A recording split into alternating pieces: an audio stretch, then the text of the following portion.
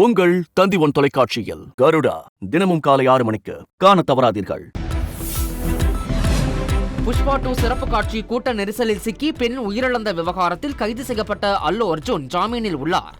இச்சம்பவம் குறித்து பேசியிருக்கும் ஆந்திர துணை முதல்வர் பவன் கல்யாண், சட்டம் அனைவருக்கும் சமம், இதுபோன்ற சம்பவங்களில் பாதுகாப்பை கருத்தில் கொண்டு போலீசார் செயல்படுகின்றனர் என்றார்.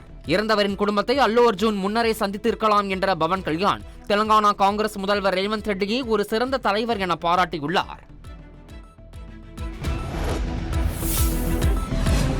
மகர விளக்கு பூஜைகளுக்காக சபரிமலை ஐயப்பன் கோவில் நடை நேற்று மாலை திறக்கப்பட்டது.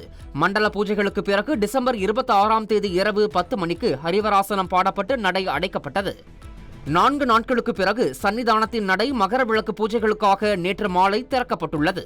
மாலை 4 மணிக்கு தந்திரி கண்டரர் ராஜீவ் முன்னிலையில் மேல்சாந்தி எஸ் அருண்குமார் நம்பூதிரி நடையை திறந்து தீபாராதனை காட்டினார். பின் மேல்சாந்தி சன்னிதானத்தின் ஆழிக்குழியில் தீ மூட்டினார்.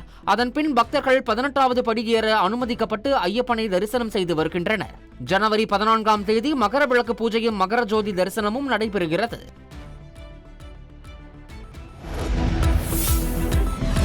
உங்கள் தந்தி ஒன் தொலைக்காட்சியில் கருடா தினமும் காலை 6 மணிக்கு காண தவறாதீர்கள்.